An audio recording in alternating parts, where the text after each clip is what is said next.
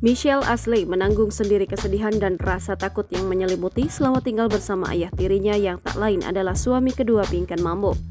Bincang bersama Nadia Alaidrus di channel YouTube, Michelle Ashley menceritakan kronologi pelecehan yang dilakukan suami kedua Pinkan Mambo tersebut.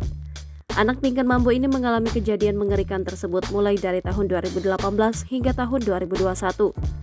Kejadiannya itu terjadi mulai dari tahun 2018 sampai tahun 2021 saat usia aku masih 12 atau 13 tahun waktu itu, ucap Michelle Ashley. Lebih lanjut, Michelle menuturkan kejadian itu bermula saat dirinya selesai mandi. Michelle Ashley keluar dari kamar mandi mengenakan handuk dan hendak menuju kamar ibunya karena lemarinya berada di kamar Pinkan Mambo.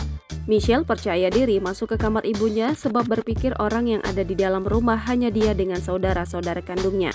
Setelah masuk kamar dan membuka lemari, tiba-tiba ayah tirinya muncul sampai akhirnya tindak pelecehan itu menimpa Michelle Ashley. Michelle yang saat itu masih berusia 12 tahun merasa sangat panik dan hanya diam saat kejadian tak senonoh itu melanda dirinya. Saat Michelle Ashley cerita ke ibunya soal pelecehan yang dilakukan ayah tiri, Pinkan Mambo malah tertawa. Terus aku ngomong, ditanggepinnya malah ketawa. Di situ aku sakit banget karena mamaku pun sendiri gak bisa ngelindungin aku dalam rumah, kata Michelle. Sebaliknya, Pinkan Mambo justru menyalahkan Michelle Ashley yang tidak mengunci kamar sehingga pelecehan itu terus berulang. Terus malah bilang kayak, kenapa setiap kejadian gak kunci aja pintunya? Terus dia pokoknya gak merasa berbuat salah gitu, kata Michelle Ashley berurai air mata. Jangan lupa subscribe, share, komen, dan like ya!